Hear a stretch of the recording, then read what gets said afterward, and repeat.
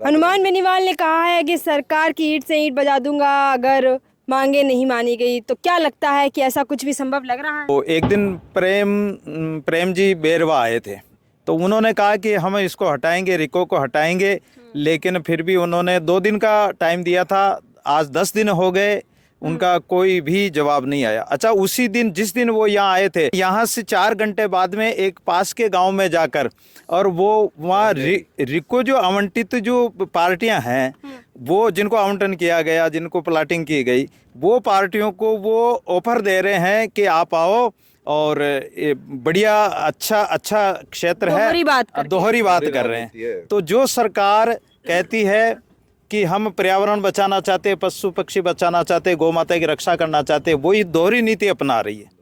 और जो सनातन की सरकार कहलाती है, जो संतों की सरकार कहलाती है, संतों की रक्षा के लिए सरकार कहलाती है, वही सरकार हमारे साथ दोगलापना कर रही है। रात ये आंधी और ये करस आया था, उससे 2-3 साधुओं के माथे फूट गए थे। वो हॉस्पिटल में है, अभी उनका एडमिट चल रहा है। अगर कुछ हो गया सरकार ये पब्लिक का, तो सरकार को जवाब देना भारी पड़ जाएगा। इस वक्त मैं मौजूद हूँ बैराना धाम में, जहाँ पर तमाम साधु संत कठोर तपस्या कर रहे हैं सिर्फ बैराना धाम को बचाने के लिए और रिको को भगाने के लिए। और उससे भी विशेष बात तो ये है कि ये सनातनी सरकार है जो साधु संतों को इतना मानती है। आज उन्हीं साधु संतों को तपस्या करनी पड़ रही है अपनी मांगे मनवाने के लिए। और आप देख भी पा रहे होंगे जहाँ इस वक्त मैं खड़ी हूँ, ये पवित्र धरा, जहाँ पर बैराना धाम में तमाम लोग यहाँ पर अपनी आस्था रखते हैं और यहाँ तमाम लोग यहाँ पर आते हैं, साधु संतों से मुलाकात करते हैं, बातचीत करते हैं और आशीर्वाद भी लेते हैं। उसी पवित्र धरा की अगर मैं बात करूँ तो बैराना धाम में, जहाँ पर आप देख पा रहे होंगे कि गोबर के उपलों से किस तरीके से चारों ओर आग जल रही है और महाराज जी बीच में बैठे हुए हैं। हम बातचीत करने की कोशिश करेंगे कि जब 40 से 45 डिग्री का तापमान हो और इस तरीके से बैठना पड़े तो कितनी कठिनाइयां हैं वो आती हैं सिर्फ अपनी मांगे मनवाने के लिए। क्योंकि इस वक्त मैं भी जहां पर खड़ी हूं, ये ज़मीन, ये धरा तप रही है और उससे भी ज़्यादा अंदर तप रहे हैं। यहाँ पर देखिए किस तरीके से आग जल रही है और लगातार ये तपस्या है वो चल रही है। आप देख सकते होंगे कि किस तरीके से यहाँ पर तपस्या है लगातार चल रही है और आज से नहीं कई दिन हो गए हैं ये धरना चल रहा है। और पीछे धरना का ये आप टेंट भी देख पा रहे होंगे। और उससे भी मज़े की बात है, तमाम सरकार के नुमाइंदे यहाँ पर आए और उनके कानों से जू तक नहीं लेंगे। क्या कुछ पूरा मामला है, सरकार के नुमाइंदे भी यहाँ पर आए और जिस वक्त अभी हम खड़े हैं, ऊपर से तपती धूप है और नीचे तपती धरा है। देखो, ये हमारा दादू संप्रदाय का ये एक मोक्ष धाम है, बैराना धाम, जिसे हरिद्वार भी कहते हैं, गंगा जी भी कहते हैं। क्योंकि दादू जी महाराज ने यहाँ 500 वर्ष पहले तपस्या करी थी, इसी पहाड़ में, इसी दादूवन में। ये दादूवन कहलाता है। और दादू जी महाराज ने इसी दादूवन को विकसित किया था, इस पर्यावरण को बचाया था और हमारी गौ माता की रक्षा की। और हमारे यहाँ जो वृक्षों में पशु पक्षी जानवर रहते थे जंगल में, उनका मतलब संरक्षण किया था। तो ऐसे दादू जी महाराज का सिद्धांत था कि हरि भज सापल जीवना, परोपकार समाई, दादू मरना ता बला जा पशु पंक्षी खाए। अर्थात कि जीते जी परोपकार करना और मरने के बाद में भी परोपकार करना। इसलिए संतों का ये सिद्धांत था कि दादू जी महाराज के समय में अगर कोई संत शरीर छोड़ देता, उनके शिष्य कोई भी शरीर छोड़ता, तो उनके शरीर को यहाँ जंगल में छोड़ा जाता था, जिसको हम दादू खोड़ कहते हैं। और ये मोक्ष धाम कहलाती है, जो संतों की अंतिम जो मोक्ष धाम, अंतिम जो संस्कार होता है। एक तो भूमि दाग होता है, जमीन में गाड़ दिया जाता है, एक अग्नि संस्कार में अग्नि में जला दिया जाता, लेकिन उसमें तो वो जलकर राख हो जाएगा, उससे क्या फ़ायदा।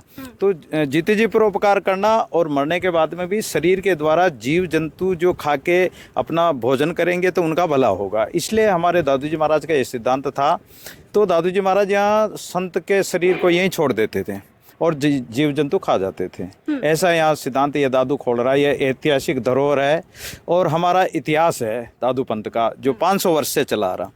फिर जब दादू जी महाराज के 100 शिष्य यहाँ भजन किया था, और वो भी इसी पहाड़ में रहकर, इसी दादू वन में रहकर, यहीं रहकर भजन करके परमात्मा में मिले थे। ऐसा हमारा यहाँ का इतिहास है। अच्छा, ऐतिहासिक धरोहर के बचाने की आपकी मांग है कि आप रिको को भगाना चाहते हैं और धाम को बचाना चाहते हैं और तमाम जो यहाँ पर ज़मीन है उसको बचाना चाहते हैं। तो क्या सरकार का कोई नुमाइंदा यहाँ पर आया, आपकी कोई बातचीत हुई?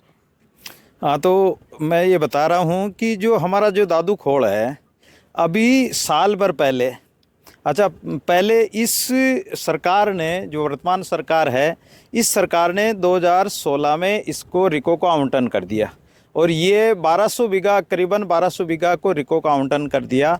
तो रिको ने इसको समतल कर दिया गया और जितने लाखों पेड़ थे उन पेड़ों को, खेजड़ियों को और अच्छे अच्छे औषधीय गुण वाले पेड़ पौधे थे तो उनको भी धराशायी कर दिया, मिट्टी में मिला दिया, काट दिया, कितना पर्यावरण को नुकसान पहुंचाया और इस दादू वन को वीरान बना दिया, एक रेगिस्तान बना दिया। और हमारे जो पशु पक्षी थे, जानवर थे, वो बेचारे बड़े दुख पा रहे थे। उनकी आत्मा को जो दुख पहुंचा तो हमारे संतों की आत्मा को ठेस पहुंची और हमारे संतों ने 5 अप्रैल को एक बड़ा आंदोलन किया गया और जो यहाँ हजारों ट्रैक्टर लगे हुए थे, जेसीबी लगी हुई थी, बुलडोजर लगे हुए थे, उनको रोक दिया गया, काम रोक दिया गया। और फिर हमारे संतों ने 5 अप्रैल को यहाँ एक आंदोलन किया जिसमें हजारों की तादाद में श्रद्धालु भक्त आए, क्योंकि ये श्रद्धालु भक्तों का आस्था का केंद्र है, ये संतों की आस्था का केंद्र है। उसके साथ सरकार ने खिलवाड़ किया जिसके कारण हमारे संतों की आत्मा को ठेस पहुँची और हमारे संतों ने आंदोलन किया और उस आंदोलन में SDM साहब को बुलाया गया तो वो आए, उनको ज्ञापन भी सौंपा गया, लेकिन उन्होंने कुछ भी जवाब नहीं दिया। बोले कि हम जवाब देंगे। हमने 10 दिन का अल्टीमेटम दिया लेकिन उन्होंने कुछ नहीं दिया। तब हम 15 अप्रैल को पुनः एक अनिश्चितकालीन धरना चालू किया जिसमें यहाँ संत देख रहे हैं आप, जो संतों ने तंबू लगा के यहाँ धरना चालू किया और हमारे जो संत मजबूर होकर, जब सरकार ने नहीं सुनी हमारी बात तो हमारे संतों ने मजबूर होकर तपस्या में बैठना मुनासिब समझा और हमारे 5-5 संत तपस्या में बैठे हुए थे। आज जो संत 2-3 संत इधर उधर कोई बीमार होने की वजह से कहीं गए हुए हैं, कोई इलाज कराने के लिए गए हुए हैं, तो किसी ने भी सुध ली कि किस तरीके का धरना स्थल पर तपस्या चल रही है, किसकी तबीयत बिगड़ी और क्या कुछ हुआ? हाँ, पहले तो कोई भी नहीं आया, फिर 15 तारीख के बाद तक कोई नहीं आया और धरना चालू हुआ, उसके बाद में भी 10 दिन तक कोई नहीं आया। लेकिन बाद में जो यहाँ के SDM साहब यहाँ आए थे, 2-3 बार आए, वो उन्होंने कहा कि हमारी बातचीत चल रही है आगे, हम हमारी बातचीत को आगे पहुँचा रहे हैं, आपकी बात को भी पहुँचा रहे हैं। तो एक दिन प्रेम जी बेरवा आए थे, तो डिप्टी CM आए थे, तो उन्होंने कहा कि हम इसको हटाएंगे, रिको को हटाएंगे, लेकिन फिर भी उन्होंने 2 दिन का टाइम दिया था, आज 10 दिन हो गए, उनका कोई भी जवाब नहीं आया। अच्छा, उसी दिन जिस दिन वो यहाँ आए थे और उन्होंने कहा कि रिको हटाएंगे, लेकिन यहाँ से 4 घंटे बाद में एक पास के गांव में जाकर और वो वहाँ रिको जो आवंटित जो पार्टियां हैं, वो जिनको आवंटन किया गया, जिनको प्लाटिंग की गई, वो पार्टियों को वो ऑफर दे रहे हैं कि आप आओ और बढ़िया अच्छा क्षेत्र है, दोहरी बात कर रहे हैं। तो जो सरकार कहती है कि हम पर्यावरण बचाना चाहते, पशु पक्षी बचाना चाहते, गौ माता की रक्षा करना चाहते, वही दोहरी नीति अपना रही है। और जो सनातन की सरकार कहलाती है, जो संतों की सरकार कहलाती है, संतों की रक्षा के लिए सरकार कहलाती है, वही सरकार हमारे साथ दोगलापना कर रही है और जिसके कारण यहाँ क्या कहते हैं, पीछे जाके क्या कहते हैं। तो इस कारण से ना तो वो हमारी सुध ले रहे हैं, न हमारी बात को मान रहे हैं। हमारा एक ही लक्ष्य है कि ये रिको को हटाना है, क्योंकि रिको की वजह से हमारा यहाँ का वातावरण दूषित होगा, हवा दूषित होगी, पानी दूषित होगा और यहाँ पेड़ पौधे वगैरह, और आने वाले जो कर्मचारी होंगे वो गंदा खान पान करेंगे, यहाँ चोरी चकारी बढ़ेगी, अराजकता फैलेगी। इस कारण से हम इस रिको को नहीं चाहते हैं। और हमारी पास में गौशाला है, तो हमारी गौशाला की गायें कहाँ चरेगी? अगर आपको रखना ही है। और गौशाला में कितनी गाय हैं? 500 गाय है, 1000 गाय नहीं, 500 गाय। और 500 गाय है, वो कहाँ चरेगी? आसपास के ग्रामों के लोग जिनकी भेड़ बकरियां हैं, गाय भैंस, वो कहाँ चरेगी? तो हम चाहते हैं कि ये दादू वन ही रहे और चाहे इसको गोचरा कर दो, लेकिन फैक्ट्री कारखाना नहीं लगना चाहिए। दूसरी बात कि ये हमारा जो भैराना पहाड़ है, सिद्धों का पहाड़ है, इसमें अनेक सिद्धों ने तपस्या की है। तो ये गुप्त प्रकट संत रहते हैं, ये गिरिराज महाराज की तरह यहाँ परिक्रमा लगाते हैं, हरियाली अमावस और शरद पूर्णिमा को लगाते हैं। और कल 2 मई को भी परिक्रमा लगाई गई, बड़ा आंदोलन था, लेकिन 4-5 हज़ार आदमी आए थे, लेकिन कोई भी ऐसा व्यक्ति, सक्षम व्यक्ति नहीं आया जो ये कह सके कि हम रिको को हटा देंगे। वो आते हैं कि हमारी बातचीत चल रही, हमें टाइम दो, समय दो, लेकिन उन्होंने अभी तक कोई आश्वासन नहीं दिया। बाल मुकुंद आचार्य भी कल यहाँ पर आए थे, क्या कुछ वो आश्वासन देकर गए हैं?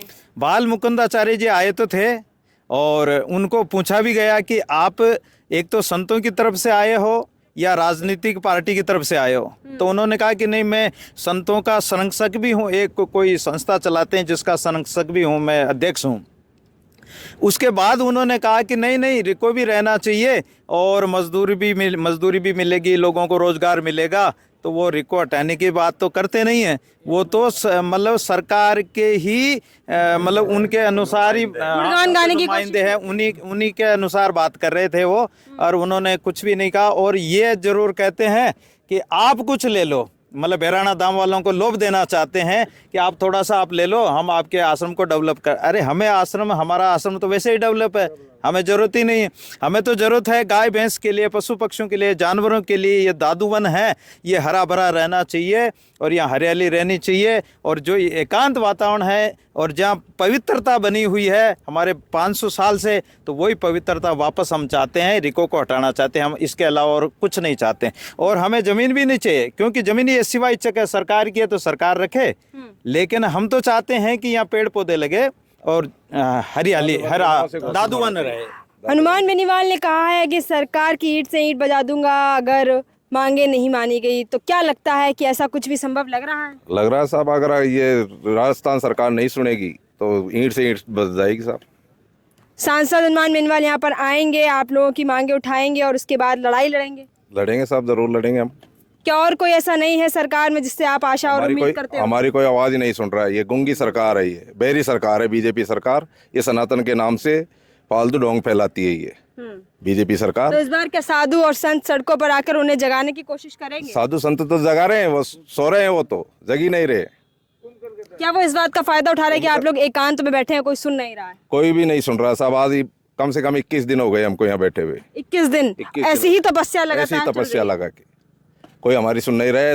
धूप में नंगे पैर खड़े नहीं रह सकते हैं, जिसमें हमारे साधु संत तप रहे हैं इस धूप के अंदर। लगभग कितने साधु संत अभी तक जिनकी तबीयत खराब हो चुकी है? 3-4 साधु संतों की तबीयत खराब हो चुकी है, वो हॉस्पिटल में है। रात ये आंधी और ये करस आया था, उससे 2-3 साधुओं के माथे फूट गए थे, वो हॉस्पिटल में है अभी, उनका एडमिट चल रहा है। अगर कुछ हो गया सरकार ये पब्लिक का, तो सरकार को जवाब देना भारी पड़ जाएगा। ये हमारी मांग है। अगर ये दादूवन नहीं घोषित किया तो सरकार को बहुत बुरा खामियाजा भोगना पड़ेगा। ये मेरी आप क्या कह रहे थे कि रात को जब आंधी तूफान आया था तो किस तरीके की स्थितियां यहाँ पर बन गई थी? पूरा टेंट हो गया, देखो इधर दिखाओ ना आप, पीछे की तरफ पूरा टेंट फट गया, पूरा अस्त व्यस्त हो गया। ये बड़ा टेंट गिर गए, यहाँ पे जो माइक सेट कूलर वगैरह है सब मिट्टी हो गई। सारा टेंट बड़ा रात 3-4 का तो माथा फूट गया सर। 3-4 आदमियों को तो माथा सिर फूट गए, तो हॉस्पिटल में लेके गए उनको, रात को पट्टी करवा के लेके आए। साधु एडमिट ही सारा। अच्छा, लगभग कितने साधु संत हैं आप लोग मिलके यहाँ पर धरना दे रहे हैं, तपस्या कर रहे कम हैं? से कम 200-250 आदमी रहते हैं यहाँ पे। 200-250 आदमी 250-300 आदमी करीब। रात दिन यही सेवा। तो बहराना धाम है यहाँ पे, वहाँ गए हुए हैं। यहाँ पे बैठने की नहीं है जगह, कहाँ बैठेंगे, इस वजह से वहाँ गए हैं। खराब हो गया, जगह पूरी हो गई। बिल्कुल, देखिए आप देख पा रहे होंगे कि किस तरीके से हमने यहाँ पर साधु संतों से भी बातचीत करने की कोशिश की है। उन्होंने हमें तमाम स्थितियां हैं वो भी बताई कि किस तरीके से सनातन के नाम पर ढोंग करने वाली सरकार दोहरी राजनीति कर रही है, दोहरी बातें कर रही है। और सबसे बड़ी बात पारे की करें, जहाँ पर ऊपर तपती धूप मार रही है, नीचे तपती धरा मार रही है। और इसी तपती धरा पर जब कठोर तपस्या चले तो देखने वाली बात ये होती है कि सनातनी सरकार जो सनातन का डंका बजाती है वो न जाने कहाँ सो गई है। आप पीछे तक देख पा रहे होंगे, जो बंजर ज़मीन है वो कर दी है, जो कभी हरी भरी हुआ करती थी, वो राजस्थान सरकार का है, भजनलाल सरकार का है, उन्होंने पूरा बर्बाद है वो कर दिया है। और तमाम आप देख पा रहे होंगे कि तपस्या के जो स्थान है वो भी यहाँ पर दिख रहे हैं। यहाँ पर किस तरीके से पवित्र धरा को बचाने के लिए, बहराना धाम को बचाने के लिए यहाँ पर कठोर तपस्या है वो की जा रही है। अभी हम आपको ये भी दिखाएंगे कि बहराना धाम की क्या कुछ खासियत है, क्यों उसको मान्यता मिली हुई है और क्यों लोग यहाँ की ज़मीन को, यहाँ की धरा को पवित्र मानते हैं और क्यों इसे बचाना ज़रूरी हो जाता है। आपको कैसा लगा ये वीडियो? आप इस वीडियो को ज़्यादातर लाइक, कमेंट, शेयर कर बता सकते हैं।